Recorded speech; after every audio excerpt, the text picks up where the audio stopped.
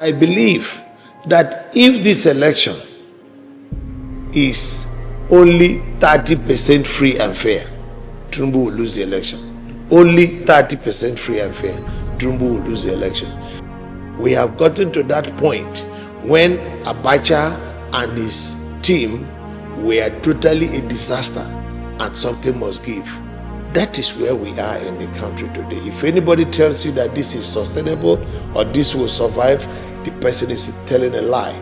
I am even certain that given the opportunity, Tinubu would like to jump ship.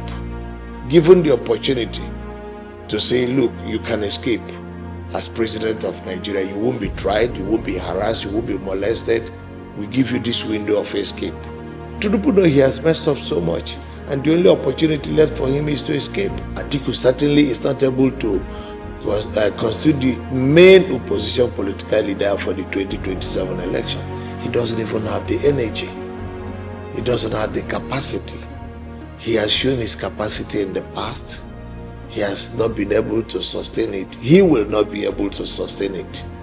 He doesn't command the followership of the youths. He doesn't command the special followership of the poor. He doesn't command the special followership of the women. So where is he going to derive this support base? And he has not provided any special economic program with which people should defer to supporting him for the 2027 election as compared to Peter Obi. Please, enough of Atiku. We thank him for his role in the past. If he's willing to give another person the opportunity, then we should consider it. But I don't see his chances. Tinubu's only chance, one way. All right, welcome to Naija Unfiltered, a SYMFONI podcast. And our guest on the program today is a former House of Reps member and also a former secretary to the government of Imo State. Honorable Uche Onyeaguocha is our guest. Good to have you on the program. Thank you very much. All right, it's been 3 years of President Bwala Tinubu's administration. They've been rolling out the drums, celebrating what they perceive to be their achievements, even though Nigerians have their own scorecard.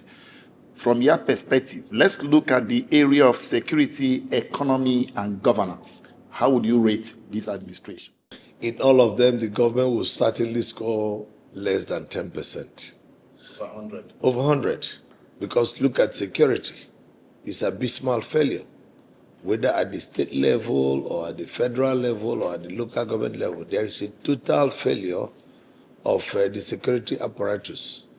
They have not been able to live up to their constitutional responsibility, which is the protection of lives and properties of the citizens of this country. Everybody is living in fear. Farmers, school children, government officials. There is nobody today who can say that he is sure of the next day when you step out of your house.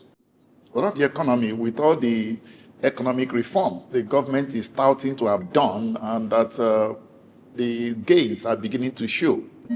In what areas? Because the small-scale industries are gone, the medium-scale industries are gone, and the large-scale industries have since disappeared. Mention which of them that is surviving. No business enterprise today can survive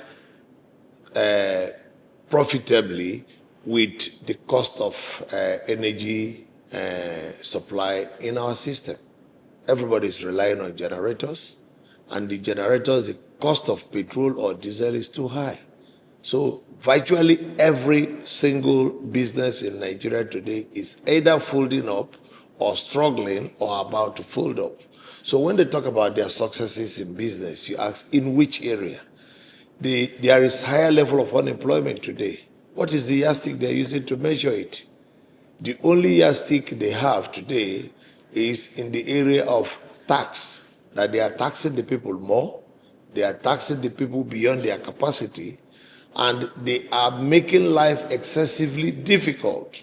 Most people have dipped their hands into their reserves and have since used up their reserves. So you have nothing to fall back on now. and you find out that you have just exhausted your reserves and you're still alive.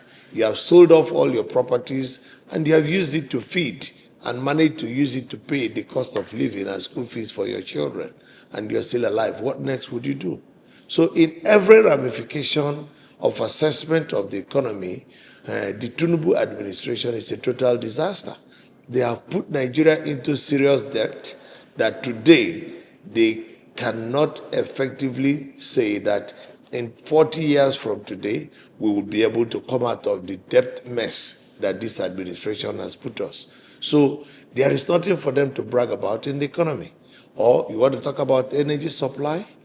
How can over 200 million people be relying on less than 3,500 megawatts supply of power? And this is not even guaranteed, because a lot of times there have been systems collapse in that direction. So I don't know what yardstick they're using, unless they are perhaps using a yardstick that is only focusing on members of the National Assembly, members of the State Assembly, and members of the federal executive arm and the state executive structures of the government and the judiciary. Beside this, every other person is actually moving heavily into debt and penury.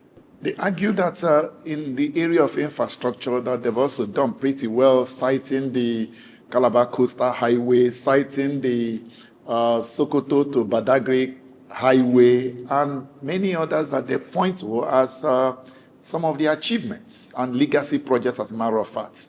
Well, let's deal with the issue of Calabar Coastal Highway, which is over 700 kilometers. How many kilometers have they done after 3 years plus? As of today, they haven't done they have done only about 50 kilometers. And that 50 kilometers is basically covering some sections of Lagos. So basically, it's a project aimed and directed at creating opportunities for Tinubu and his Chagori group of friends to take advantage of the economy in Lagos to make more money for themselves. Because the area it has crossed into Lagos, it has passed through in Lagos, is basically satisfying their own business and economic interests, which we know that is the reason why the so-called Calabar Lagos Coastal Highway is being designed in the first instance. Because at the rate at which they are doing, let us take it that they might succeed in doing about 80 kilometers at the end of his first 4 years. That means, if, God forbid, he gets another 4 years, he would have only succeeded in doing 160 kilometers out of the over 700 kilometers that the distance covers. And then they have put us heavily in debt on it, so that we are basically struggling to use our IGR to service the interest of the loans they have taken, with which they have made the Chagori family richer, because the Chagori family are the only beneficiaries of this, the so-called economic policies of the Tinubu administration, and that is unacceptable. What is your take on the opposition's position that President Tinubu is completely disconnected from the realities when you talk about security and the economy? Do you believe he's incompetent, or maybe it's a deliberate policy to put Nigerians down? I would say that he definitely lacks the presence of mind to be able to address the realities that face us with insecurity. Because at least everybody heard him say that he doesn't follow the developments on social media. So if he's relying on what TVC is telling him alone, then he must be living in another world altogether. Most of what is happening in Nigeria today is found more in social media than on our regular television stations and newspaper houses. And you could see what happened with the president when he went to Benue State. One thought that he would have had the courage to visit Yalwata community. Did he? He couldn't. He went to Plateau State. He stopped at the airport. So he's definitely living in Alice in the Wonderland. He is cut off from the realities of Nigeria. He has no real touch with the realities that are facing Nigerians today with regards to the insecurity challenge. What is his difficulty going to your state? Why does he have to send the national security advisor and some other people? What is the business of Bajabi Amila, the chief of staff, in going to visit Oyo State? Mr. President should be able to go there by himself. So if he can't even visit the southwest, which is actually his zone, that will show you how much he is cut off from the realities. I really pity his situation because it's pathetic and unfortunate that this man who desired this much to be president, just like Buhari, is such an abysmal failure, having gotten the opportunity to serve as president. Now that we talked about Oyo school children, are we saying that as a state, as a country, we cannot pull all the stops to track these people and bring back these children safely home after all going to two weeks, more than that, 15th of May till date? Are we saying that as a state, we cannot activate all the organs of the state? Does it speak well of our institutions, security institutions, and of course, the political will of the president to deal with the issue of insecurity in Nigeria? There is a total lack of political will on the part of the president to deal with this security situation. He has demonstrated it repeatedly. He couldn't address it when the problem came up in Benue State, in the case of Yelwata. He couldn't address it in the case of Plateau State, where the governor even had to hide in an APC carrier in order to be able to address his people in that state. He couldn't address it in the case of Niger State, when the school children were abducted.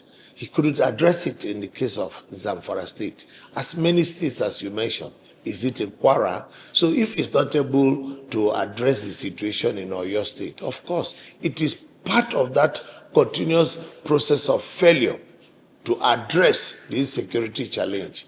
And let us face it, the truth is that Mr. President Bola Ahmed Tinubu should resign because his failure is unprecedented as far as the security question is concerned.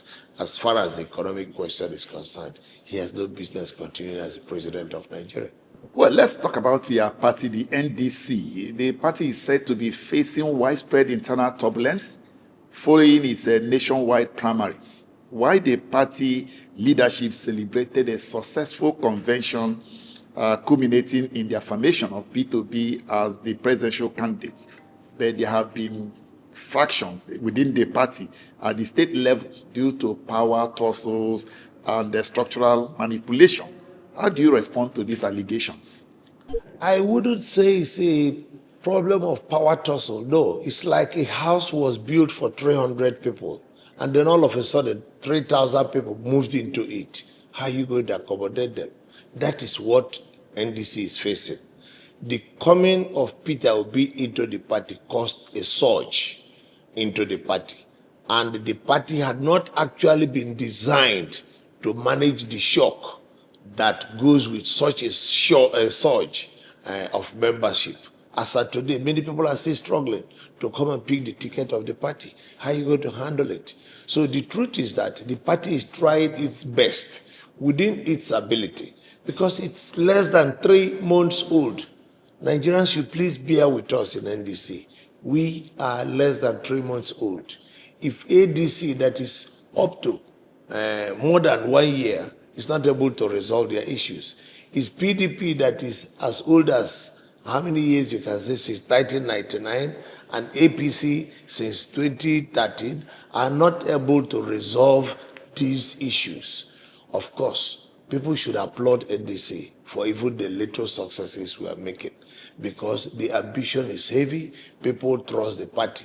Let me give you an example. In my federal constituency, we were expecting that perhaps about 3 or 4 people will be applying to run for the party primaries, but we ended up with 13. So how are you going to handle it? Does the party have the resources to handle the 13?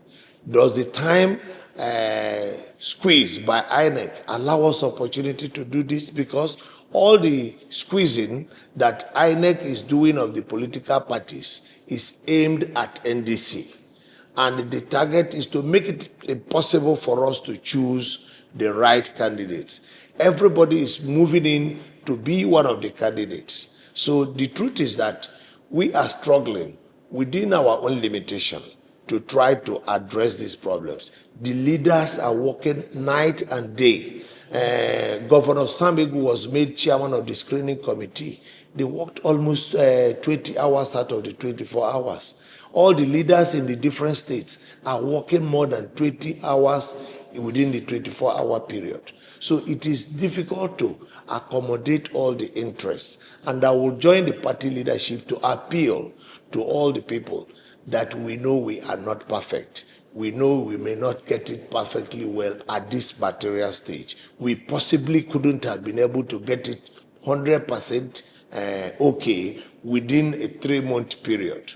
Please bear with us. But these mistakes that are happening today will definitely be corrected as we move on. And that is why we are insisting that INEC must respect the Electoral Act, particularly with regards to Section 29(1) and the 32 of the Electoral Act, which allows political parties more space and time within which they will resolve the issue of their candidates. INEC is trying to strangulate us by giving us a small window. You look at the issue of telling every political party that they must submit the list of party members by May 10th. What is it all about? Every party reserves the right to allow a new member to join their party even up until the date of the party primary. But INEC is not an umpire, it's not a neutral umpire for the purpose of this election.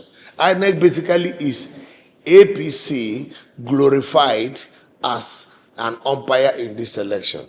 So we are struggling to meet up with this time. We know they are working to strangulate our party. We know they are struggling to make sure we are not able to nominate our candidates within the time frame that they are posing as if they are interested in organizing a free and fair election.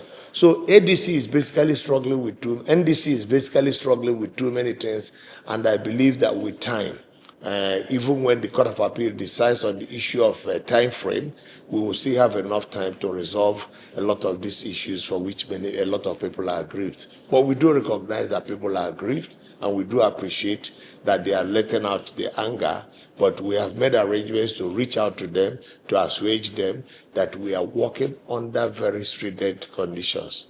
And we sincerely apologize for any failings that the party may have made at the moment. And how do you respond to their allegation that the party, national leader of the party, is being a little bit dictatorial, not allowing the party structures to function effectively and properly by deciding who gets what? That is not correct, because the national leader of the party is somebody very well known to me, Governor Dixon Siriaki. He was my classmate in the university and we went to law school together. It is not part of his calling to be dictatorial, and he does appreciate the need why these issues have to be resolved amicably. He has taken every step to reach out to every structure in the party that needs to make an input to ensure that things are balanced. He reaches out to all the leaders in the different states and the different regions in order to try to create a balance. But I have not noticed any of such dictatorial tendency. I believe that he is working night and day. I really pity him in terms of what he's going through, because he will have to be the one to be blamed if things don't go right. So he reaches out to each and every one of them. He has given me even opportunities to meet with him and discuss issues. And at all times, he is very frank, open, and honest in the way he is sorting out the problems that come up here and there. Some persons have argued that the number of oppositions going against President Tinubu is like a very good news to him, considering Showore, Obi, Atiku, Donald Duke, and possibly Jonathan. How do you respond to this? Opposition, yes. Many opposition, no. Which are the other opposition political parties? NDC and to some extent ADC. But I don't reckon with the rest of the other ones, with the greatest respect to them. Labour Party, Donald Duke and his party, Showore, my good friend, and his party, I don't believe that President Goodluck Jonathan is running, even though some people have made it their stock in trade to bandy his name around. I believe that the race is going to be between APC on one hand, NDC on another hand, and ADC on the other hand. These are the three political parties. So basically it's going to be two major opposition political parties against APC at the end of the day. And that depends on how the issues get resolved across the other political parties. But the other ones, with the greatest respect, will have to feature in the election, but they are not strong and main contenders. There are those who argue that given the number of candidates seem to be coming out from the southern part of the country, is also not good a calculation to the candidates who are going up against the incumbent President Bola Tinubu. If you consider SDP, you have Adewale Adebayo, you from the south, Peter Obi is from the south, Showore is from the south, Donald Duke is from the south. Let's also give it to, for now, Jonathan, whose name is also being bandied, is from the south. How does that make the opposition look? Well, it is at all times in politics. There will always be several candidates running in several political parties, but it doesn't really change anything. At the end of the day, the real opposition political groups that are serious, the wheat will be sorted out from the chaff. And that has always been the situation over the years. There will always be an army of people running from one party or the other, but the main opposition political parties are definitely known. But I believe that the reason for it is because everybody does realize that Tinubu is a failure, a total failure. That Tinubu administration has put Nigerians into too much poverty and penury. That Tinubu's administration has put Nigeria into too much insecurity. So different people who believe they have solutions to these problems are now coming out to profile solutions why President Bola Tinubu should not, must not continue as President of the Federal Republic of Nigeria come 2027 election. And I believe that if this election is only 30% free and fair, Tinubu will lose the election. Only 30% free and fair, Tinubu will lose the election. The truth we are facing today is that INEC is not an umpire, not to talk of a neutral umpire. INEC is a player with APC, pretending to be an umpire in the 2027 election, which is very unfortunate. But Nigerians must find a way to address this issue in the forthcoming election, because I believe that it should not be accepted the way and manner they have been conducting themselves. Okay, Bondage, a global news medium, reported recently that Peter Obi entering the race is fragmenting the opposition further. As a matter of fact, they put it succinctly that his running is deliberately dividing the opposition to favor President Tinubu. How do you respond to this story? I think that's the worst blackmail against Peter Obi, because Peter remains the front runner in the election. So how can his entry? It's not as if he's a late entrant. So how can they be talking about his entry being something that will help to favor Tinubu? Who else were they looking at in opposition? In your own opinion, what do you think they mean? My own is to ask question. You have to respond. Well, I don't know who else they are looking at as opposition leader. Atiku certainly is not able to constitute the main opposition political leader for the 2027 election. He doesn't even have the energy. He doesn't have the capacity. He has shown his capacity in the past. He has not been able to sustain it. He will not be able to sustain it. And as at this 2027 election, I am certain that his energy has seriously trimmed down. His ability and capacity to present himself as a major opposition political party has seriously trimmed down. I have the privilege of being a governorship candidate of his party in the year 2003, when he ran for president under the umbrella of the Action Congress. At that time, he was a sitting vice president. At that time, his business empire were very much alive. But go back to the records of that election. The performance was abysmal. And that was Atiku at his highest, at his peak. So if by 2003, he was not able to deliver effectively as the main opposition political party, and then you go to his best performance has been in the year 2019. And if you go by the records of 2019, Atiku won the whole of Southeast. Imo, Abia, Enugu, Anambra, Ebonyi. Atiku also won the whole of South-South.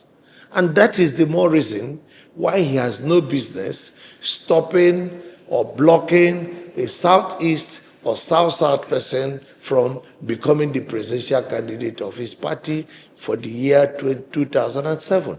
No group has supported Atiku as much as the Southeast and the South-South. So now that he has decided to run against the Southeast and South-South, he has lost what I consider to be his real base. And I don't know where he's expecting that the votes are going to come from this time around, because he doesn't command that kind of followership in the North. And it's not going to be manufactured overnight. He doesn't command the followership of the youths. He doesn't command the special followership of the poor. He doesn't command the special followership of the women. So where is he going to derive this support base? And he has not provided any special economic program with which people should defer to supporting him for the 2027 election as compared to Peter Obi. Normally, in any economic situation that is being messed up like we have in Nigeria today, you're going to look out for the most frugal person, the person who has developed and shown himself to be the most frugal manager of the economy. That is the person you should be handing over the Nigerian economy in 2027 to manage. And there is no other person than Peter Obi. Interestingly, presidential spokesperson Daniel Bwala has dismissed Peter Obi's chances in 2027, saying that the massive followership he commanded in 2023 cannot be repeated in 2027. As a matter of fact, he said most of the followers in 2023 had dumped him and have moved on. How do you respond to that? Well, does anybody take Bwala seriously? Why not? Did he not speak in praises for Atiku in the last election? And today, is he not speaking from both sides of his mouth in support of Tinubu? If by any means, any of the other candidates whom he's supposed to win the election, Bwala will run back and plead with them to support and accommodate him. So these are people without principles. It's just like taking seriously what somebody like Kenneth Okonkwo says. People have asked me questions about Kenneth Okonkwo, and my only answer to them is that Kenneth Okonkwo is permanently living in bondage. And until he extricates himself from that bondage, nobody should pay attention to him, because he has nothing to offer. They think that being political spokesperson of a candidate means that you have to lie through your teeth for them. No, you must be able to say certain truth. Can Bwala say that he feels secured when he goes to his state? Can Bwala say that students and children in the schools in his state or his community feel secured under a Tinubu administration? Can Bwala say that there is no poverty ravaging his community and the people around him? Can Bwala say that he's not aware that Tinubu does not have enough presence of mind to be able to manage the economic, political, and security situation in the country? Can Bwala say that he's not aware that Bola Ahmed Tinubu has failed in that constitutional requirement that is required to protect the lives and properties of citizens of this country? So when you bring out characters like Bwala, I think we will be pleading with you to allow us to discuss some more serious people rather than talk about Bwala or talk about Kenneth Okonkwo or talk about Dino Melaye. These are entertainers, and I think we should know that the problem facing the country is much bigger than these characters. All right, the push to remove President Tinubu in 2027, is it genuinely about the suffering masses, or is it about the political class reclaiming power? It is about the suffering masses, because the people out there are suffering. They are in penury. There is poverty in the land. There is insecurity in the land. People are already voting with their feet. Many people in Nigeria today would prefer to attempt to travel through the Sahara Desert and die attempting to leave this country than to remain in Nigeria. I challenge you, even though I know it's not possible. But if every Nigerian is given the opportunity that he can leave this country freely, there is flight ticket, there is a destination you can go, you may not find up to 10% of the population staying back in this country. The more you have people fleeing from this country, the more you have Nigerians living in other countries, being chased like animals to leave the country, and they are staying back. That will show you the level of assessment the people have about the current administration. If Nigerians in South Africa have confidence in the Bwala Tinubu government, they will come back home. If the ones in Ghana and several other countries where they are being treated like people from shithole countries have confidence in the Bwala Tinubu government, they will be back here. The only reason they are not coming back is because the government is a disaster. And let me give you this. Something must give. This, what is happening in Nigeria today, is not sustainable. We have gotten to that point like we did in 1983, when the MPN government could not move the country forward. We have gotten to that point when Abacha and his team were totally a disaster, and something must give. That is where we are in the country today. If anybody tells you that this is sustainable or this will survive, the person is telling a lie. I am even certain that given the opportunity, Tinubu would like to jump ship. Given the opportunity to say, look, you can escape as president of Nigeria. You won't be tried, you won't be harassed, you won't be molested. We give you this window of escape. Tinubu knows he has messed up so much, and the only opportunity left for him is to escape. But of course, he doesn't know how he's going to start the process of escape. That's why he's insisting on staying. He knows he has failed. His chief of staff, Bajabia Miller, knows they are a failure. His spokesperson, Bayo Nanuga, knows they have failed. His economic team knows they have failed. They have no other solution. That is why I have reminded people that his only understanding of the economy and how to fix it is just by doing tax, more tax, additional tax, further tax, then additional more and further tax. And there are no people left to be taxed anymore. Nigerians should not take his talk about tax, lie low, because once he gets sworn in as president, that is, God forbid that he wins and comes for a second term, the tax is going to drive people to their graves. Already, people are dying more than necessary.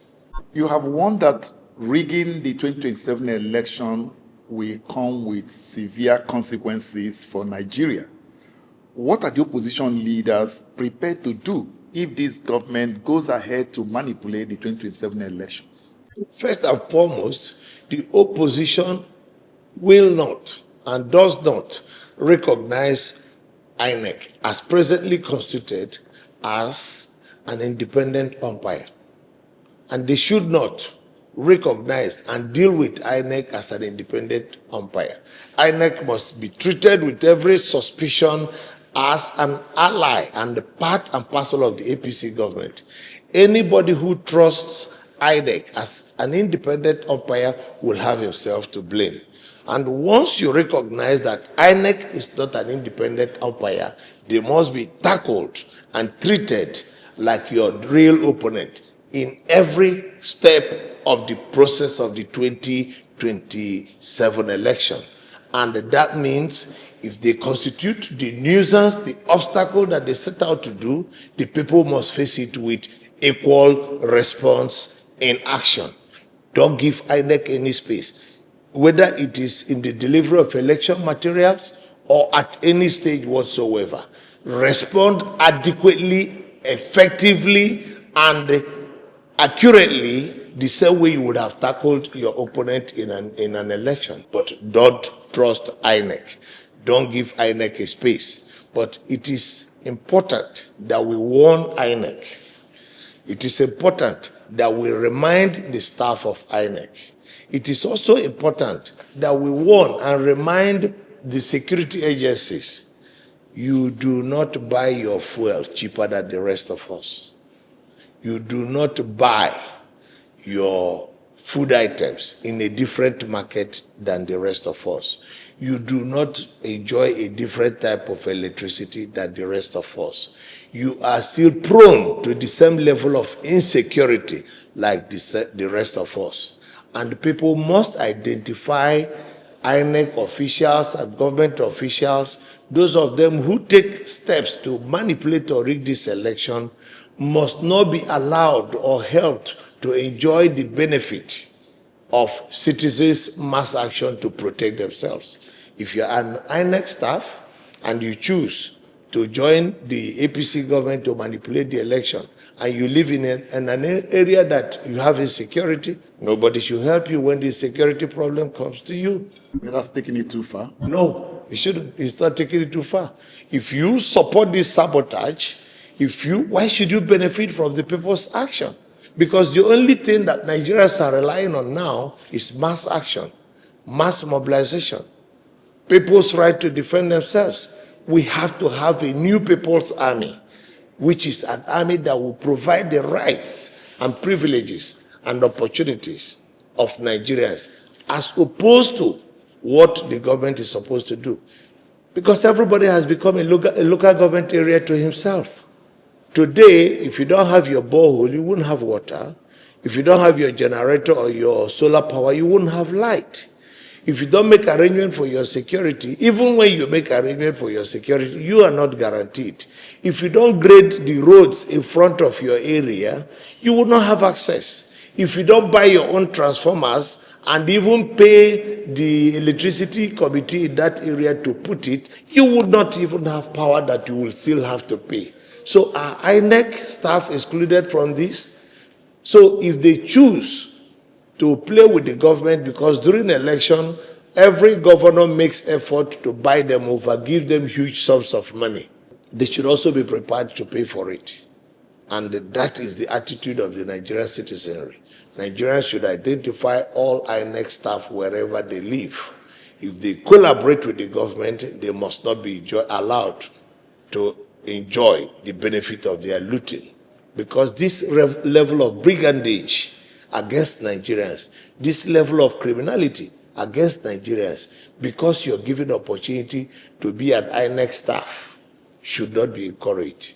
We want to applaud the few people amongst them, or the majority, who are committed to doing the proper thing, and we promise that where there is a change in government, they will be appreciated and they will be given their right of place. Like Professor Nnenna Oti has been appreciated in Abia State, where a bus terminal has been named after her. We believe that if people do the right thing in this country, they will be appreciated. We want to see all those INEC staff who will say, no, we will not allow you to exchange fake result sheets with the original fake result sheets. We will not allow you to carry the original result sheets to government houses and write them and bring them to INEC headquarters for announcing later. Because these are the strategies. Why is it that we cannot transmit the result of our elections in real time, like everybody is asking? And this is all that APC, which I was a founding member, agitated before we got into power.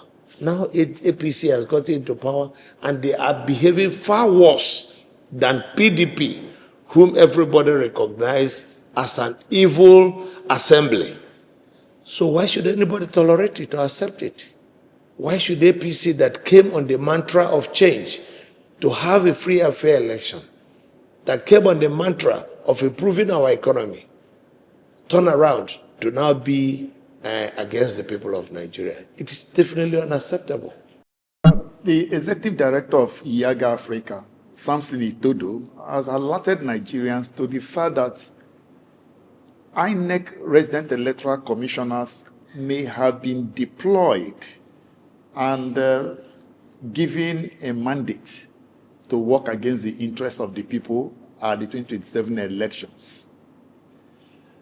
If as a player, you're already aware of this, the question will be, why do you need to go ahead with the game? Since somebody has been accused or alleged to have been given instruction on how to compromise the results of the election, and you are aware, you have been alerted, why should you go ahead with the game? Well, in the first instance, we recognize that the INEC chairman is out there to play the game of APC and President Bola Ahmed Tinubu. He's there to ensure that he rigs him into power. And in the same vein, I am not surprised that the resident electoral commissioners will want to do the same thing. But there are two options left to us: to go there and fight against it, or to surrender. Now, if we surrender and decide that we will not participate, of course, they will encourage the mushroom parties. They will encourage the shelf parties to come and pretend as if that they are an authentic and genuine political party. And then you will see them pretend there was a real election. They wish they can frustrate us out of the system. They wish we can surrender. But the truth is that in the struggle for survival, surrender is not an option. We will still continue to battle them, hoping and believing that along the line, there are going to be security agencies who will say, no, enough is enough. There are going to be some INEC staff who will say, enough is enough. There are going to be some returning officers who will behave like Professor Nenauti of Futu and say, sorry, I won't do it. And I believe that there are so many such Nigerians existing. And that is the reason why we are fighting. Not that we have confidence in INEC.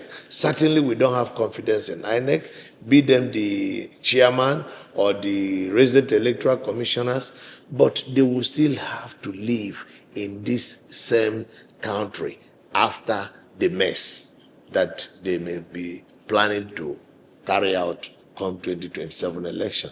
Because where are the former resident electoral commissioners living? In this same country. Is anybody following up in their lives? The level of insecurity challenge they are facing, the level of health challenges they are facing, I believe they are still victims wherever they are, one way or the other. So I will call on those who have the privilege of sitting on those chairs for now. Look at yourself in the mirror. Ask yourself what you have agreed to do. Does it serve your conscience? If it is against your conscience, make bold to stand up and say, no, I will not do it. I will not continue doing it. And we must do what should be in the benefit of the masses of Nigerians. You think INEC is fixable as an institution? Because with the elections slated for January and February, what is a coordinated plan of the opposition leaders to prevent expected rigging of the election? If INEC sabotages the process again, how will the opposition respond? I believe strongly that INEC can be fixed, and I have a very simple solution on how we can fix INEC. And my simple solution is, forget about all this amendment of electoral acts here and there. INEC should have representatives of every political party at the national level. INEC should have representatives of every political party at the state level. INEC should have representatives of every political party at the local government level. Throw away the word independent. Let's stop pretending about it. We are not interested in the independent nation. Just call it National Electoral Commission. Let APC have their representations there. Let NDC have their representation there. And let every other party have their representation. And let all the issues be argued and debated and agreed upon. That will be the end of rigging. It's simple. We should stop making it look as if it's rocket science. Why INEC is as problematic as it is today is because it's an extension of the government in power. All the period that PDP were in power, INEC was an extension of PDP. Now that APC is in power, INEC is an extension of APC. They're not pretending about it. It's all a criminal enterprise.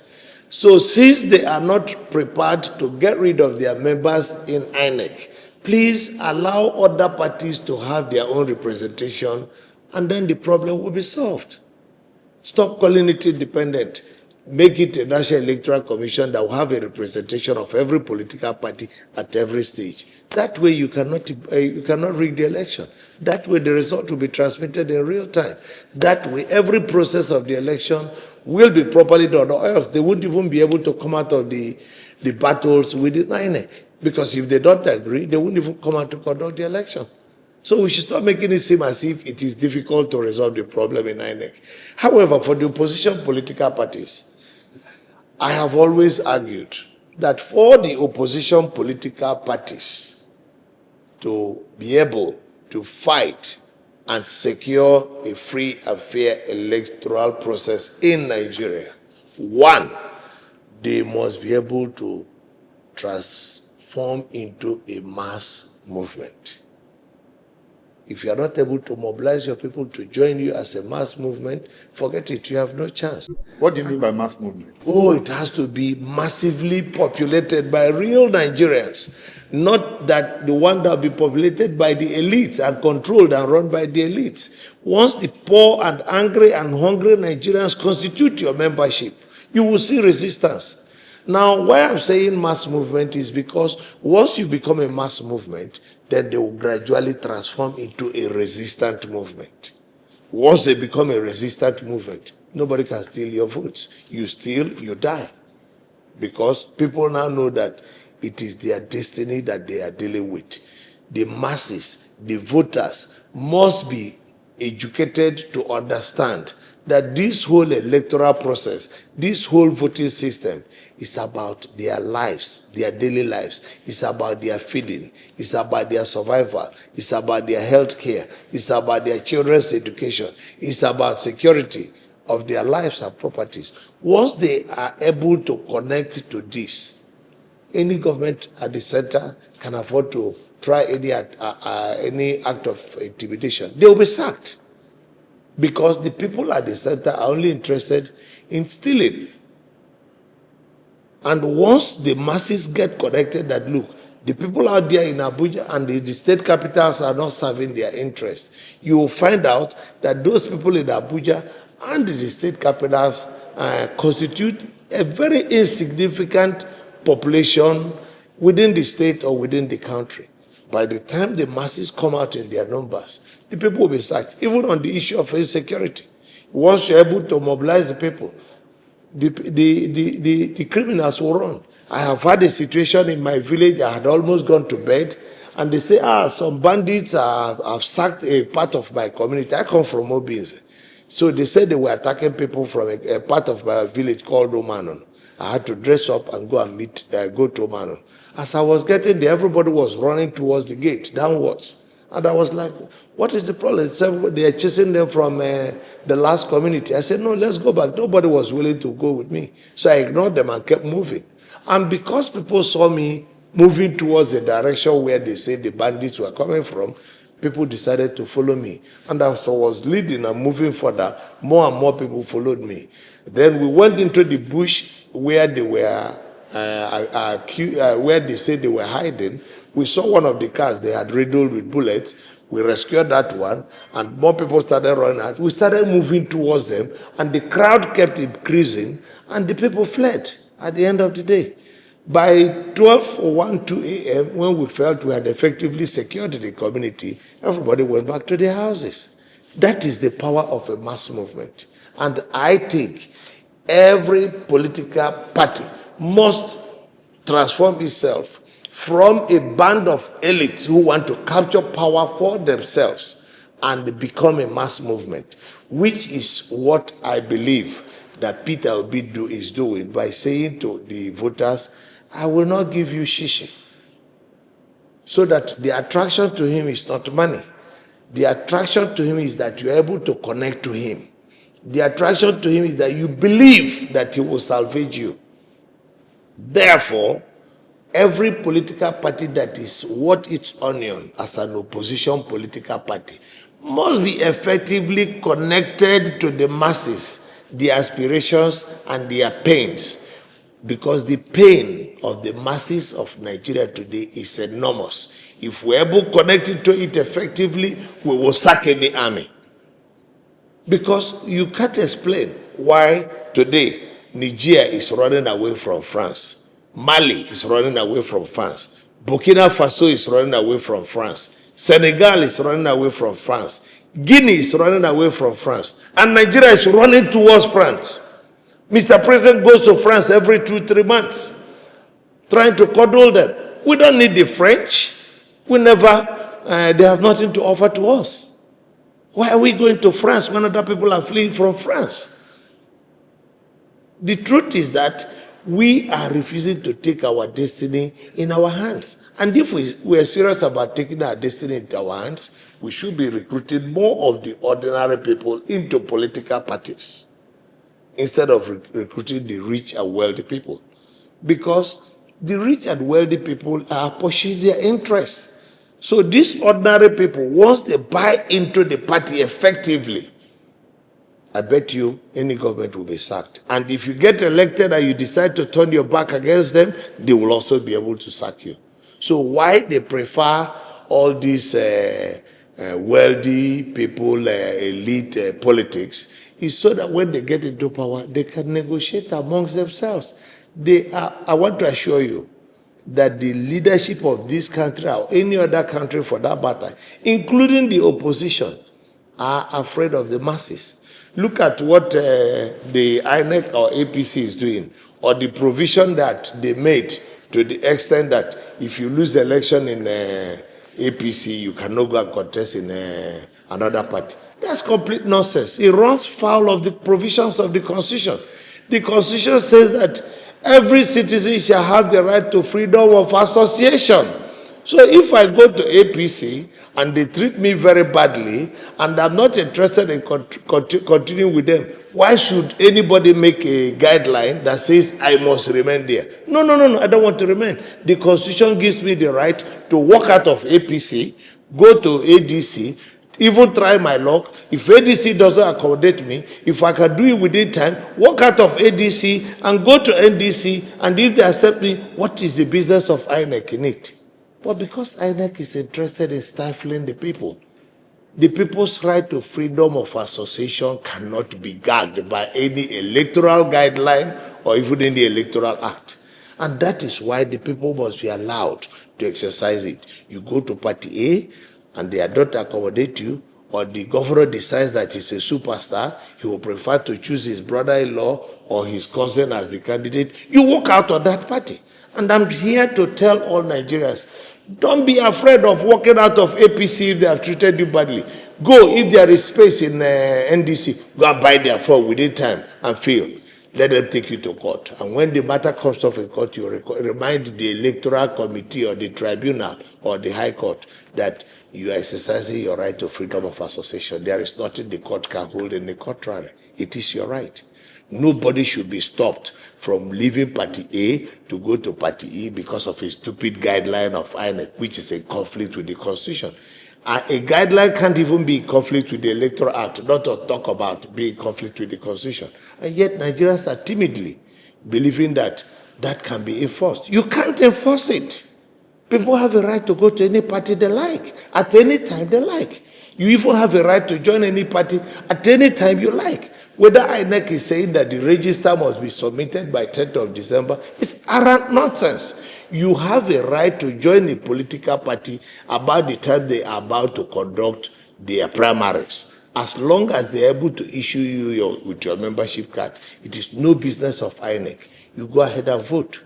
So INEC is creating all these guidelines to protect APC because they know that APC is treating people badly. And they believe that if they play on the side of APC and make these guidelines and make people to foolishly believe that these guidelines are enforceable, then the people will be stuck in APC, irrespective of the bad treatment. And this thing should not be encouraged.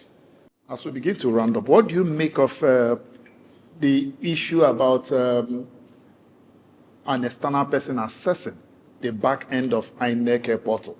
We had the story of which INEC admitted that somebody who has authority to access the portal may have compromised it to someone who has not the access. But people are saying whether it is an INEC staff that gives somebody that or the person hacked into it, the point is that the portal had been compromised.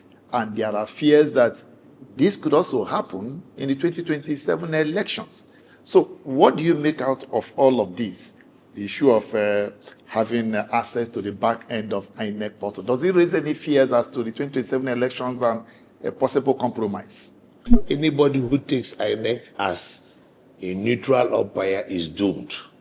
We must not trust INEC in anything. We must not believe them, even if they make any defenses, like these lame defenses they are making. The truth is that everything about INEC has been compromised by APC and the Tinubu administration. And they are not even pretending about it. They are using INEC to see to what extent they can gag and stifle the political parties. If not for the resistance of some serious-minded people, there will today not be any serious-minded political party contesting against Bola Ahmed Tinubu. But it's because people are determined. You go and stifle PDP, use several court orders and judgments to stifle PDP, people abandon PDP for you. Then you go and grab Labour Party, you do the same thing in Labour Party, people abandon it for you. You now go into ADC, you set a lot of landmines and booby traps, and people still abandon it for you. The truth is that INEC has run out of ideas on how to help APC to gag this process. And the people's continued movement shows their determination to resist, to challenge, and fight against this oppressive system.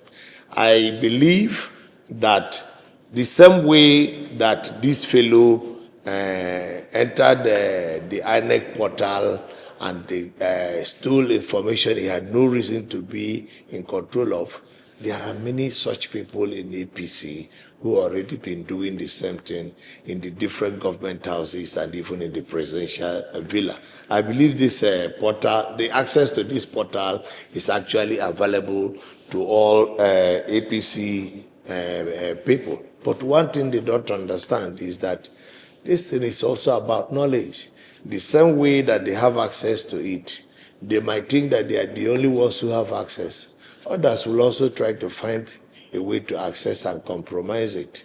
But because what they have done is like blowing a whistle to say, hey, hello gentlemen out there, is anybody interested in compromising the INEC portal and documents? Feel free to do so. This young man has done his own.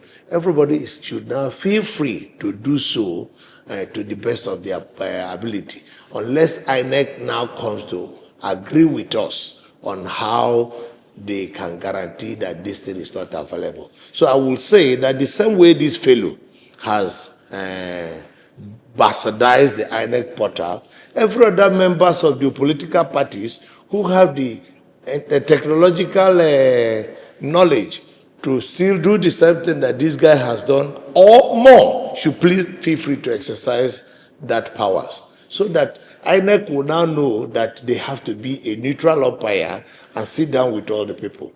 People should never treat INEC as an independent umpire. But should you rather support that, or since it's also against the Nigerian data protection law, instead of condemning making attempts, if you say people can, if they have the technological savvy, they can try their hand, is it not better to say, why condemning INEC, than rather than you condemn INEC and encourage others again to try the same? in a state of lawlessness, Fidel Castro said that it is illegal to be law-abiding. Now that an APC person has compromised the INEC portal, I am of the view that every other member of a political party, opposition political party, who has the capacity and the ability to compromise the portal more should feel free to exercise such right. Then if INEC is worried that too many people have accessed this portal, they should now come for us to sit down and agree on how to protect the portal. But don't stay there and complain or just condemn and stop it at that. Because Nigeria has gradually moved into a lawless situation where bandits are using regular phone lines to give you text messages to come and pay your ransom. And we know they can be tracked, and we know they can be arrested, and nobody is doing so. And they are sending their videos. We know they can be tracked. We know they can be monitored, and nobody is doing so. Why are you going to pay ransom if you trust the government? It is because you don't trust the government to protect you. That's why you pay ransom. So if you don't trust the government, to INEC, to protect their portal, what are you going to do? Fold your arms? Nigeria is a failed state, and nobody is making any serious effort to salvage it, particularly the government in power. So we now have to sit down as a group to say, enough. If we continue like this whole house will collapse on each and every one of us. Unless we make it clear to all those who have compromised this nation's economy, this nation's security, that even you too, you are threatened. Unless they feel sufficiently threatened, unless they feel that their lives are threatened, unless they feel that their businesses are threatened, they will never come to sit down on the same table for us to work out the way forward for this country. So in whatever way, in whatever means, after all, Mr. President himself said that you have to grab it, correct? He said you have to grab it and run with it. Please, let us follow the same method of Mr. President. Grab it if you can. Run, snatch it if you can. And run with it if you can. And if Mr. President complains, we say, we are following your footsteps. And if Mr. President is feeling that people are running faster than him or grabbing more than himself or snatching more than himself, can we now sit on the round table and agree on how to sort it out? We shouldn't be timid anymore, because this country belongs to all of us. And nobody should be allowed to pretend as if he has a monopoly of violence or the instruments of violence, which is what APC is displaying today. Let's wrap up now. Give us your personal assessment of the presidential candidates and their chances in next year's election. And is there any chance of the opposition leaders defeating Tinubu in 2027? I don't know about opposition leaders, but I know about Peter Obi. I say so because I have worked with Atiku in the past. I worked with him when he was at his prime, at his peak. And I know he's tired. He's like a worn-out old horse. Good horse that used to run good race, but he's tired. You can even see it in his gait and every other thing. I don't see any chance of a good performance on the part of Atiku. And I doubt that any Nigerian believes that given the opportunity to be president of Nigeria, he would do any better than Buhari did, or he would do any better than Tinubu is doing. And I don't think any Nigerian wants to go that way. We spent a lot of time and resource taking care of the health of Buhari in his 8 years. Like we are spending a lot of time and resources managing the health of President Bwala Ahmed Tinubu. At 80, if Atiku gets into power, we will still be going through the same cycle. So I will certainly tell Nigerians, please, enough of Atiku. We thank him for his role in the past. If he's willing to give another person the opportunity, then we should consider it. But I don't see his chances. Tinubu's only chance, one way. How will that one way come? Through rigging. Without Tinubu rigging the election, he's dead on arrival. if he allows this election to even be up to 30% free and fair, 30%, I'm not talking about 50.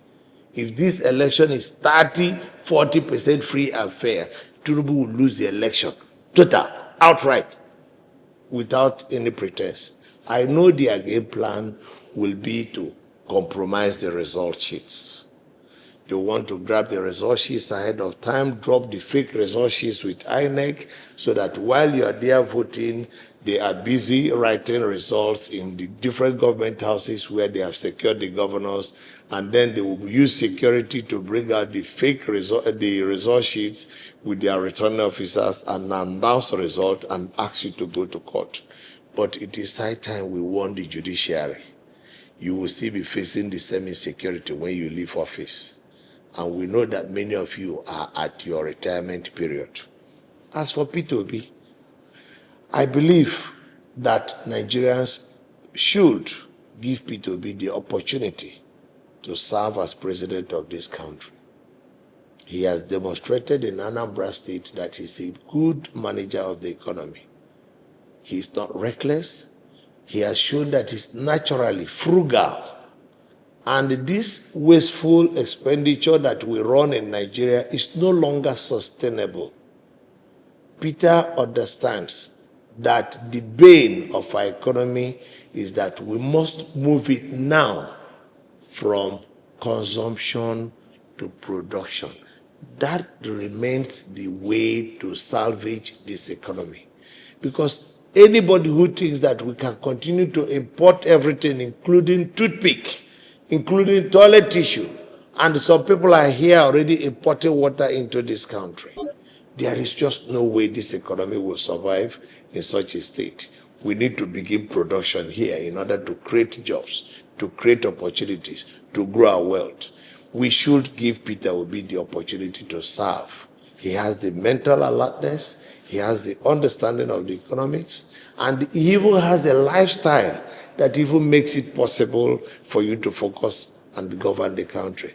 A situation where you are keeping too many children and too many wives, whom you have a responsibility to nurture, will also create its own distractions.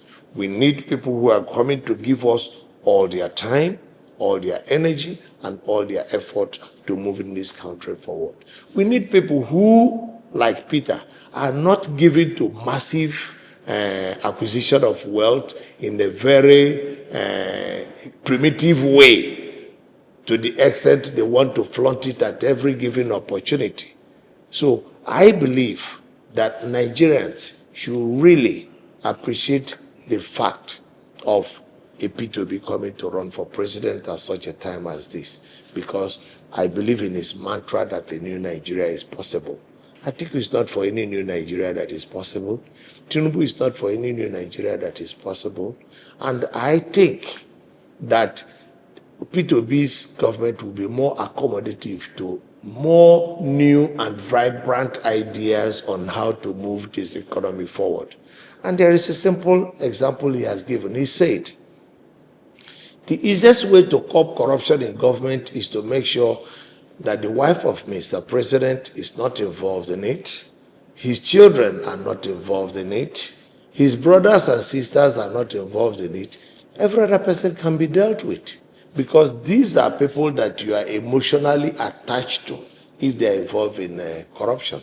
So a situation where you have Sheyi and all his brothers and all his siblings running riot all over the country, a situation where, like, we had a former Chief Justice of Nigeria who had about 36 children, and most of them were milling around the Supreme Court looking for who has filed one case in the Supreme Court or the other, and they will reach out to you and say, my father is the Chief Justice of Nigeria, and I can help you assign your case to a judge you want, and I can help you reach out to a judge. These are how corruption is been entrenched in this country.